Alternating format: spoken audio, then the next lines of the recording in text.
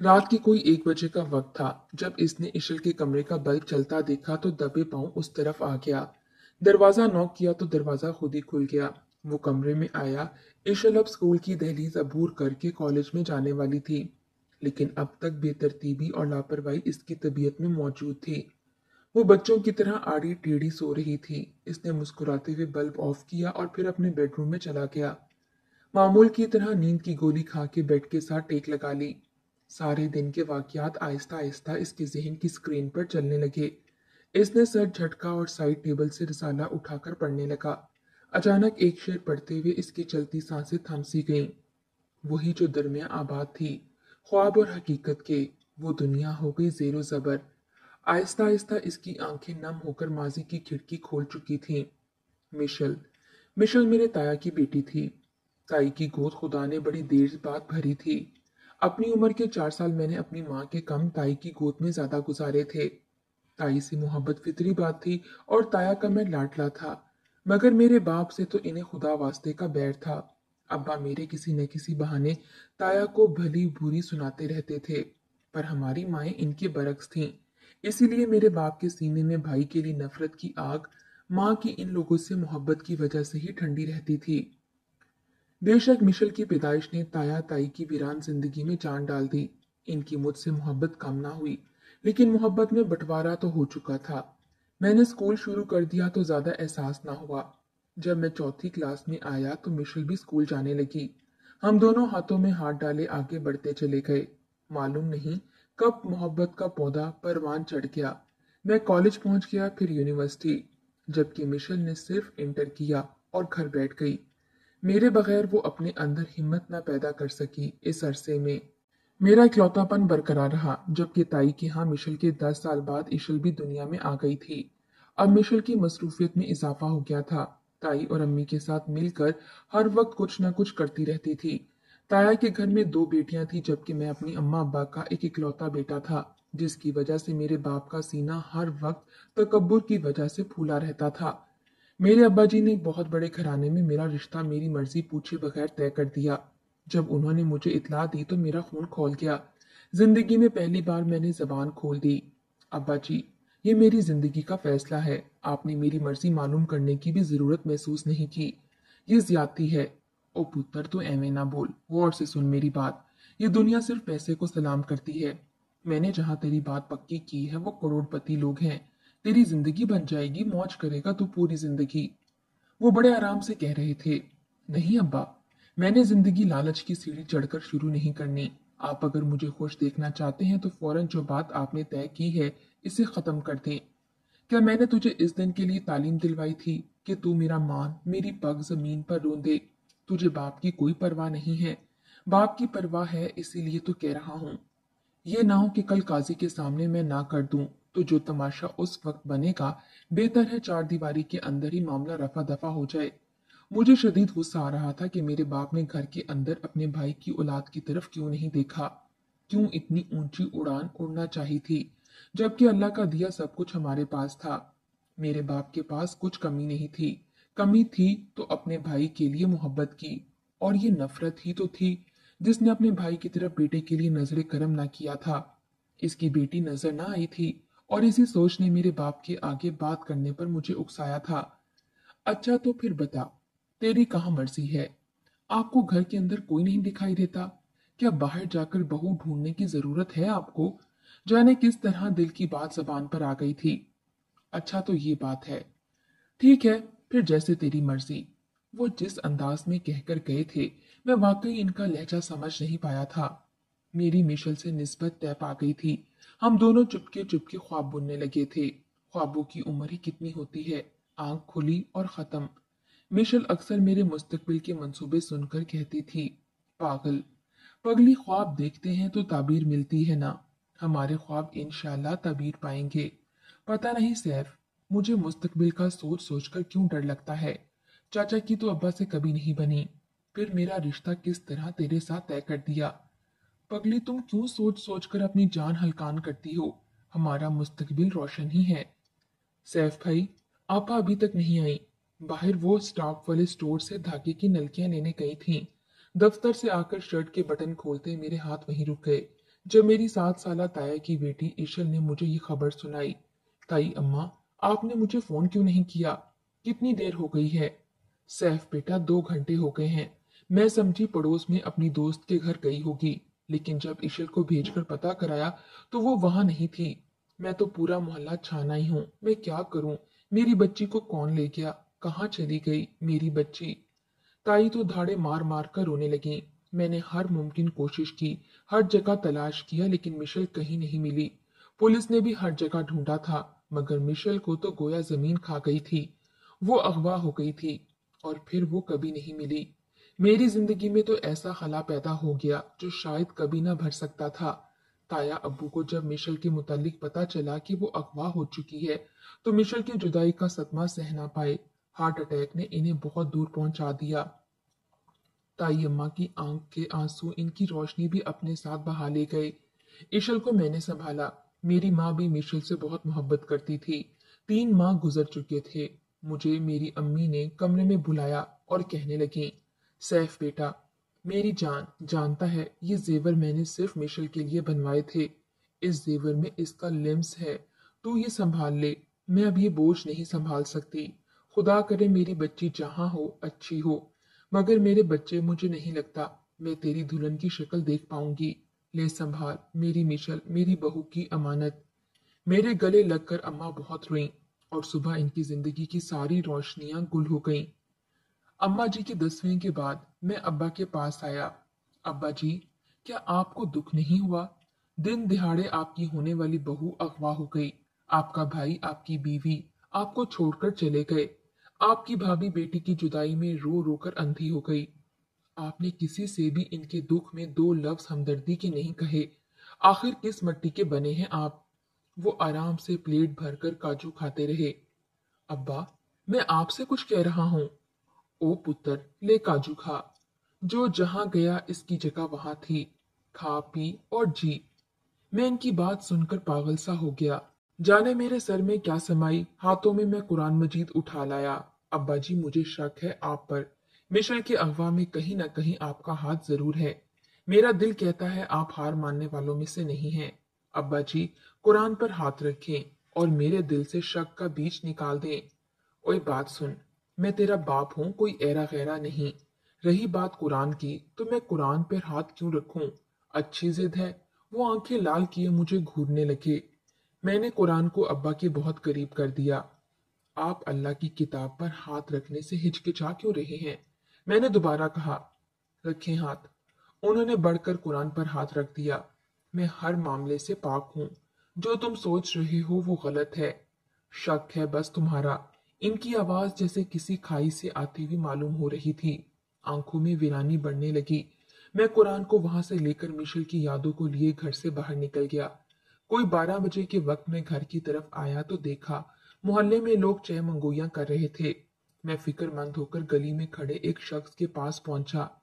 क्या बात है चाचा, आज ये रश क्यों है गली में?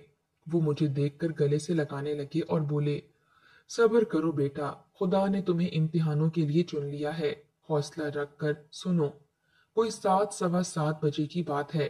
तुम्हारे घर से तुम्हारे अब्बा जी की धाड़े मार मार कर रोने की आवाजें आ रही थीं। हम लोग परेशान हो गए। अभी हम सोच ही रहे थे कि मामले का पता लगाएं कि तुम्हारे अब्बा बाहर आ गए और बिल्कुल बीच गली में गंदी गंदी गालियां देने लगे। फिर कभी रोते कभी हंसते, फिर चीख चीख कर कहने लगे, मैंने मार दिया, सबको मार दिया। मेरा बड़ा भाई मेरे बेटे को दामाद बनाना चाहता था। मैंने बेच दिया, अपनी बहू को बेच दिया। फिर हंसने लगे। हम सब इन्हें बड़ी मुश्किल से अस्पताल छोड़कर आए हैं। लोगों की बातें सुनकर मुझे जरा दुख नहीं हुआ।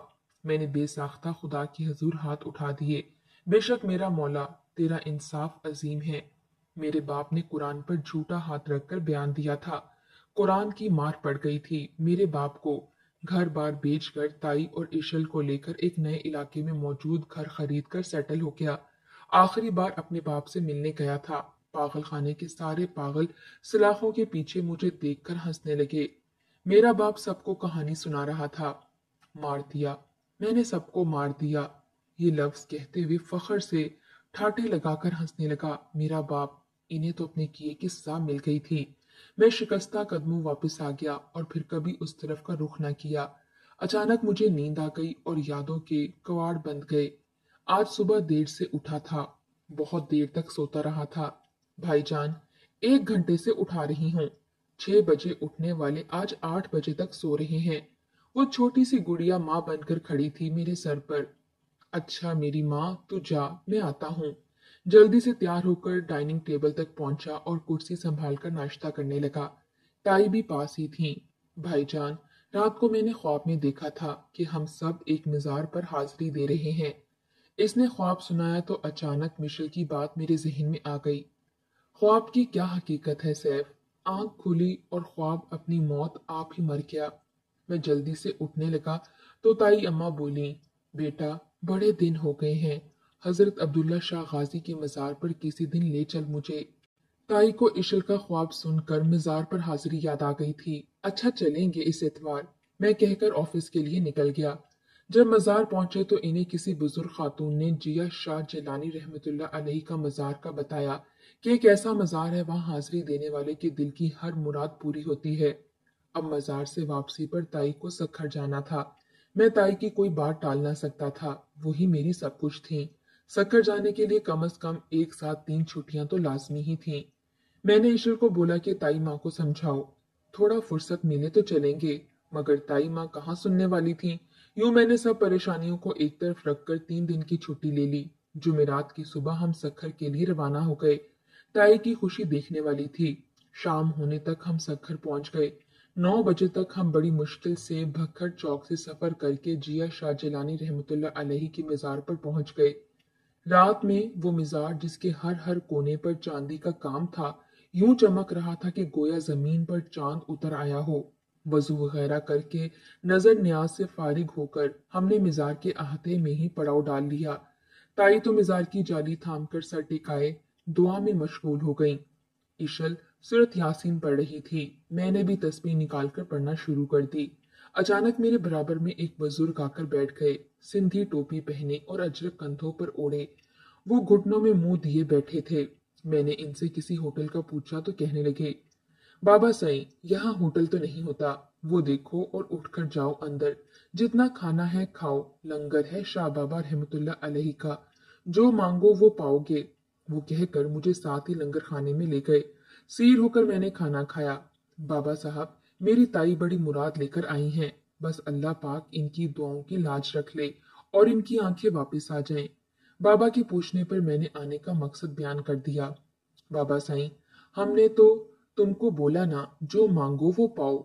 यहाँ तो 100 साल का खोया भी मिल जाता है। अल्लाह साईं बाबा रहमतुल्लाह अलैहि पर बहुत मेहरबान है। तुमको एक और मिजार का बताऊं, अगर तुम सच्ची लगन के साथ जाओ तो जो मांगोगे वो पाओगे। मुझे इस मिजारों पर रहने वाले बुजुर्ग से मानूसियत सी हो गई।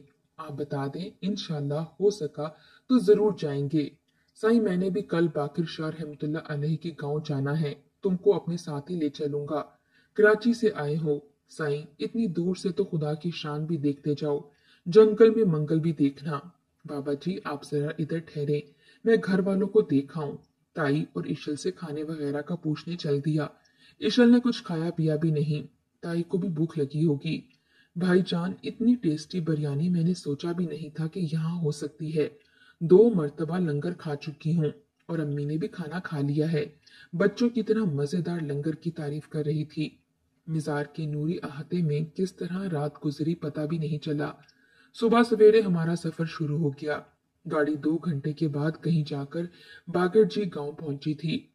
हर तरफ जंगल देखकर मुझे बाबा साहब के साथ आने पर अपने फैसले पर अफसोस हो रहा था।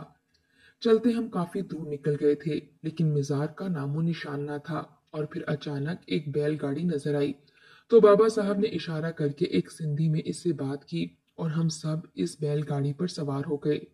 शिकारपुर में बागर जी कोट के इस जंगल में सफर करते करते आखिरकार हम कादिर शाह जिलानी बाबा रहमतुल्लाह अलैहि की मिजार पर पहुंच गए। ऐसा लगा कि हम किसी जंगल में नहीं बल्कि पुर रौनक शहर में मौजूद हैं। हमने तुमको कहा था ना कि जंगल में मंगल दिखाएंगे। अब तुम लोग इधर ही मुजावरों के साथ बैठो साईं, इधर भी रात गुजारो, देखना कुदरत तुमको कौन कौन से रंग दिखाती है। जरा वजू बना लो, फिर अंदर चलते हैं। वजू बनाकर हम लोग इस मजार में दाखिल हुए। ऐसा सुकून के जैसे इंसान इस माहौल के लिए हो। हाथ खुद ब खुद जालियों को पकड़ने के लिए मजबूर हो गए। मैं और बाबा साहब मर्दाना हिस्से में थे, जबकि ताई और इशल जनाना हिस्से में। शहर से आए लोगों का सुनकर एक मजावर लड़की लंबा घूंघट ताने गांव का रवायती लिबास पहने मेरे और बाबा के लिए लंगर से भरी प्लेट और 2 कप चाय लिए हमारे सामने खड़ी थी। मैंने नजरें उठाना भी मुनासिब न समझा। बाबा साहब, इनका बहुत बहुत शुक्रिया, ये कहकर उन्होंने हमारा इतना ख्याल रखा। मेरी आवाज सुनकर अचानक वो लड़की जैसे चौंक कर उछल पड़ी। बाबा साहब ने शुक्रिया अदा किया और वो अंदर जनाना खाने में चली गई। बाबा साहब, कौन है ये?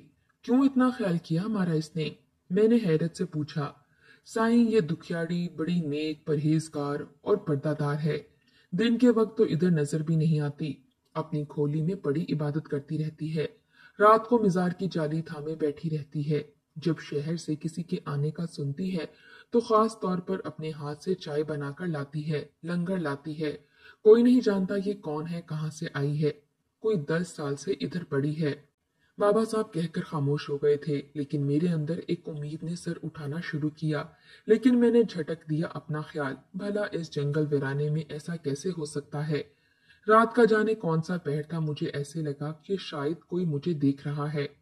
या मेरे मालिक, ये कादिर शाह बाबा रहमतुल्लाह अलैह की मजार पर मुझे किसी बिछड़े की खुशबू क्यों आ रही है? वही लड़की जो लंगर और चाय लाई थी, वो बिल्कुल कोने में खड़ी शायद मेरी ही मुंतजिर थी। कोई अनदेखी ताकत मुझे इस तरफ जाने पर मजबूर कर रही थी। मैं उठा और इसकी सिमत चलने लगा। कौन हो तुम? मैंने इसे सवाल किया। मैंने कहा था ना कि ख्वाब की कोई हकीकत नहीं होती। आंख खुलने पर अपनी मौत आप ही मर जाता है। मिशल, मैंने इसे बढ़कर अपने गले से लगा लिया। तुम यहाँ कैसे? सैफ, मैं तो मर ही गई थी। एक उम्मीद की रोशन किरण थी जो खुदा ने मेरे मन में रोशन की हुई थी। मेरे खुदा ने मेरी सुन ली है सैफ। वो यकदम मेरे हाथों में ही बेहोश हो गई। मैं इसे उठाकर मजार के अहाते में ले आया। या कादिर शाह बाबा रहमतुल्लाह अलैहि, आपकी शान वाकई निराली है। खुदा ने आपकी बुजुर्गी के सदके बिछड़े मिला दिए हैं। बाबा वाकई बड़ा गफूर रहीम है। वो अल्लाह जिसने आज हमें इस दर पर सबब बनाकर भेजा, हम अपनी अमानत ले जाएं। मैं खुदा के आगे सजदा रेज हो गया और मिशल पर पानी के छींटे मारने लगा तो वो होश में आ गई। तुम कहाँ चली गई थी? मेरी जिंदगी को तलाश के हवाले करके। सैफ, मैंने उस दिन घर से कदम निकाला तो नहीं जानती थी कि कभी इस दरवाजे पे लौट ना पाऊंगी। 5 आदमी जाने कब से धाक लगाए बैठे थे। मुझे तो चीख तक मारने की मोहलत ना मिली थी। फिर एक काले शीशों वाली गाड़ी में पूरे 3-4 घंटे तक सफर हुआ था। जब मैं होश में आई तो एक सरकंडों की कुटिया थी। मैंने चीख मारी तो 2 आदमी अंदर आए। साईं, होश में आ गई है छोरी, रात नशीली बनाने के लिए। वो ये कहकर बाहर निकले तो 3 आदमी और आ गए। मैं चीखती रही, चिल्लाती रही, लेकिन इनकी आंखों में शैतान नाच रहा था। इन चारों में से एक आदमी मेरे पास ना आया था। वो ये सब कुछ होता देख रहा था। मैं नीम बरहना हो गई थी। मेरी इज्जत का जनाजा निकलने ही वाला था कि मैं दौड़कर चिल्लाती हुई इस अलग खड़े शख्स के कदमों को पकड़कर चिल्लाने लगी। मेरे भाई, मुझे बचा लो। भैया, मेरा कसूर तो बताओ, तुम्हारे पांव पड़ती हूँ। खुदा के वास्ते, इसके रसूल के सदके, मेरे पास मेरी इज्जत के अलावा कोई दौलत नहीं। मेरी जान बचा लो, मेरी इज्जत बचा लो। वो वक्त की न जाने कौन सी नेक घड़ी थी कि इसे मुझ पर तरस आ गया। छोड़ दे लाल मोहम्मद इसे। वो गरजा। क्यों अब्बा, तेरी बहन है ये क्या? वो खबासत से हंसा। इसने अपनी अजरक मेरे जिस्म से लुपेट दी। अब्बा, इसके अपनों ने इसे लूटने के लिए हमारे साथ राजी खुशी भेजा है। अपने कॉल का पक्का था। इन सब से बचाकर मुझे अपने साथ शिकारपुर ले आया। मैंने घर जाने का कहा तो इसने मना कर दिया और कहा कि तेरे अपने ही तेरे दुश्मन हो गए हैं। मेरा तो दिल फट गया था उस वक्त जब मेरा जहन सोच सोच कर चाचा जी की तरफ उंगली उठाता था। वो मेरा मुंह भोला भाई बन गया। 4 दिन में इसके घर में रही। फिर मैंने इसे कहा कि मुझे किसी ऐसी जगह पहुंचा दो जहां सारी जिंदगी सुकून से गुजर जाए। 10 साल से इस मिजार में पड़ी हूँ। यहाँ के कच्चे हिजरे में रहती हूँ। एक इंतजार था कि शायद इस जंगल में कोई मेरा अपना भूले से आ जाए। खुदा से मांगी सारी दुआएं आज पूरी हो गईं। मुझे मेरे अपने मिल गए। मैंने इसे बताया कि तुम्हारे सदमे से तुम्हारे अब्बा और मेरी अम्मी तो इंतकाल कर चुके हैं। मुझे कहने लगे कि तुमने चाचा जी के बारे में नहीं बताया। अब्बा जी को खुदा ने अपने किए की सजा दी थी। वो अम्मा जी के इंतकाल के बाद पागल हो गए थे और 3-4 माह पहले ही ऐसे ही दीवानी हालत में इनका इंतकाल हो गया। 10 साल पागलपन में गुजारे उन्होंने। तुम मुझसे वादा करो मिशेल कि तुम मेरे अब्बा जी का नाम अपने अगवा के मामले में सीने में कब्र खोद कर आज और अभी दफन कर दोगी। मैंने इलाका छोड़ दिया था कि इशल और ताई के कानों में अब्बा जी का जिंदगी का ये भयानक कारनामा ना पड़े। ये कब्र तो 10 साल पहले ही की बनी हुई है। तुम भरोसा रखो मुझ पर। क्या तुमने ताई से मुलाकात नहीं की? इशल भी तो अंदर है। मैंने इन्हें पहचान लिया था मगर अनजान बनी रही। यही डर था कि कहीं खून ने खून को पहचानने से इनकार कर दिया तो क्या होगा। तो फिर मुझसे क्यों बात की? क्योंकि तुम पर खुद से ज्यादा भरोसा था। और है भी। क्या तुमने शादी कर ली है सैफ? हाँ, तुम मेरी दुल्हन से मिलकर बहुत खुश होगी। लेकिन ताई के सामने मेरी दुल्हन का जिक्र ना करना। ये बात कहकर मैंने इसे जनाना खाने में भेज दिया। सुबह का सूरज मेरे लिए मेरी जिंदगी के सारे रंग एक साथ ले आया था। ताई को गोया मिशेल की शक्ल में अपनी आंखों की रोशनी मिल गई थी। इशल ने बहन को पा लिया था और मैंने अपनी जिंदगी को। सुबह सवेरे कराची के लिए सफर का आगाज हो गया था। मज़ारात की जियारत में हमने 3 दिन सर्फ किए और फिर जब घर पहुंचे तो कराची के जितने मज़ार ताई को याद थे वो हाजिरी देने पहुंच गईं। मिशेल को आए 3 दिन हो गए थे। इसने अब तक मेरी दुल्हन के बारे में किसी से कोई बात न की थी। शाम को जब मैं ऑफिस से वापस आया तो मिशेल मेरे कमरे में चली आई। मैं ड्रेसिंग के सामने खड़ा बाल बना रहा था कि आते ही इसने सवाल किया, सैफ, तुम्हारी दुल्हन कहाँ है? 3 दिन हो गए हैं।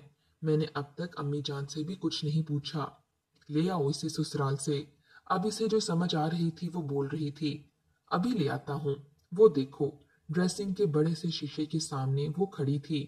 कहाँ है? क्या कोई तस्वीर दिखा रहे हो? हाँ, वो देखो।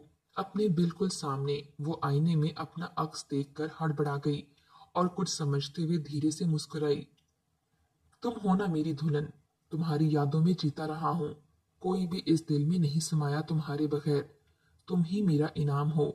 तुम ही से तो जिंदगी में रंग भरने के ख्वाब देखे थे। ख्वाब की ताबीर कल भी तुम थी और आज भी तुम हो। मैंने ये कहते हुए इसका माथा चूम लिया। वो यकदम गुलाबी सी हो गई। इसे भी शायद अब ख्वाब सच्चे लगने लगे थे।